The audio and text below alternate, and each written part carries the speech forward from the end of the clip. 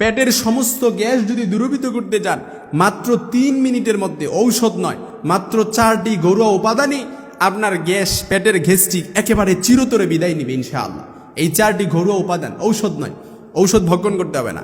কারণ আমাদের একটু গ্যাস্ট্রিক হলে আমরা অমিপ্রাজল আছে, সার্জেল আছে, সেগুলো আছে, এই যেগুলো গ্যাস্ট্রিকের বড়ি, অর্থাৎ এগুলো আমরা কি করি, বক্ষণ করি। যার কারণে এই ট্যাবলেটগুলো বক্ষণ করার কারণে আমাদের কিডনি বিকল হয়ে যাচ্ছে, কিডনি নষ্ট হয়ে যাচ্ছে। একেবারে উত্তম যেই পদ্ধতিগুলো আছে, যেগুলো আল্লাহ তাআলা প্রাকৃতিকভাবে আমাদেরকে দিয়েছেন, এগুলো যদি আমরা বক্ষণ করতে পারি, নিয়মিত সেবন করতে পারি, পেটের গ্যাস্ট্রিক মাত্র কয়েক মিনিটের মধ্যেই দূরীভূত হয়ে যাবে।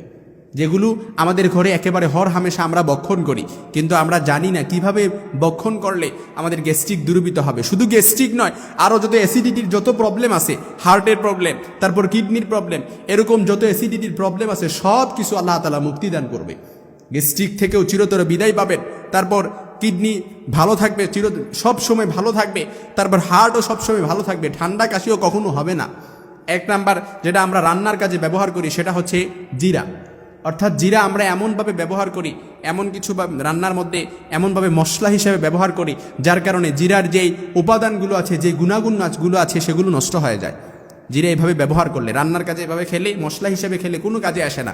অথচ এই জিরাগুলো যদি আপনি ভালো করে শুকিয়ে নেন, ভালো করে শুকিয়ে তারপর যদি এগুলো কুসুম গরম পানি, উষ্ণ পানির মধ্যে ভিজিয়ে নেন, তারপর ভালো করে মিশ্রণ করে আপনি যদি সকালবেলা খালি পেটে এই জিরা মিশ্রণ করে, জিরার গুঁড়ি মিশ্রণ করে আপনি খেতে পারেন, আপনার গ্যাস্ট্রিক চিরতরে বিদায় হবে, চিরতরে বিদায় হবে। ফিহি শিফা, এটা শিফা, এটা শিফা।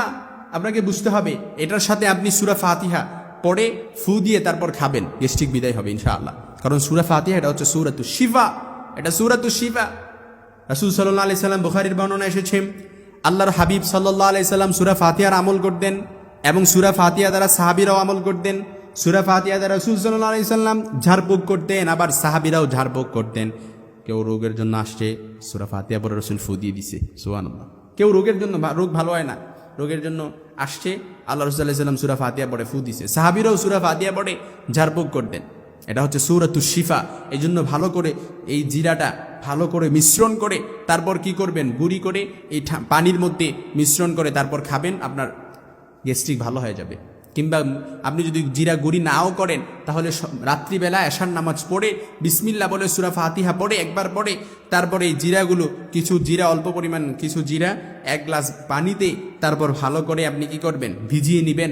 তারপর সকালবেলা প্রায় 6-7 ঘন্টা এভাবে ভিজানো থাকবে। সকালবেলা উঠেই আপনি যেই জিরাটা ভিজিয়েছেন, যে পানিটা, এই জিরাগুলো আপনি ছেঁকে, ভালো করে ছেঁকে, জিরাগুলো হয়তো আপনি চিবিয়েও খেতে পারেন কিংবা ফেলে দিতে পারেন। ফেলে তারপরে যেই জিরার ভেজানো যে পানিটা আছে, এই পানিটা আপনি সূরা ফাতিহা পড়ে ফু দিয়ে তারপর বিসমিল্লাহ সহ আপনি খাবেন, আপনার গ্যাস্ট্রিক চিরতরে বিদায় নেবে ইনশাআল্লাহ, চিরতরে বিদায় নেবে ইনশাআল্লাহ। ফিহি শিফা, এটা শিফা। 2 নাম্বার হচ্ছে, আপনি যদি গ্যাস্ট্রিক কিংবা অ্যাসিডিটির মতো বড় প্রবলেমে ভোগেন, তাহলে আপনি কি করবেন, লবঙ্গ আছে, এই লবঙ্গ প্রত্যেক দিন নিয়মিত রাত্রিবেলা 2টা করে লবঙ্গ খেয়ে ঘুমিয়ে পড়বেন, আপনার গ্যাস্ট্রিক বিদায় নেবে।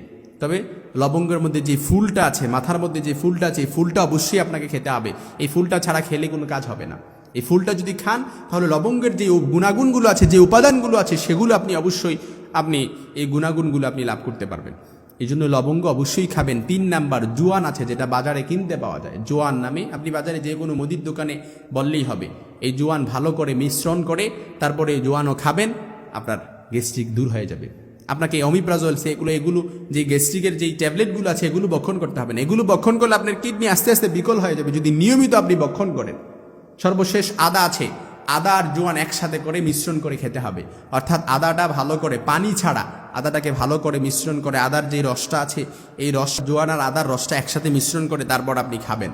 এবং আপনি লেবুও নিতে পারেন, ভালো করে মিশ্রণ করে তারপর যদি খান, আপনার গ্যাস্ট্রিক চিরতরে বিদায় নেবে। এই 4টি ঘরোয়া উপাদান যদি আপনি বক্ষণ করতে পারেন, নিয়মিত সেবন করতে পারেন, মাত্র 3 মিনিটের মধ্যেই আপনার গ্যাস্ট্রিক চিরতরে বিদায় নেবে।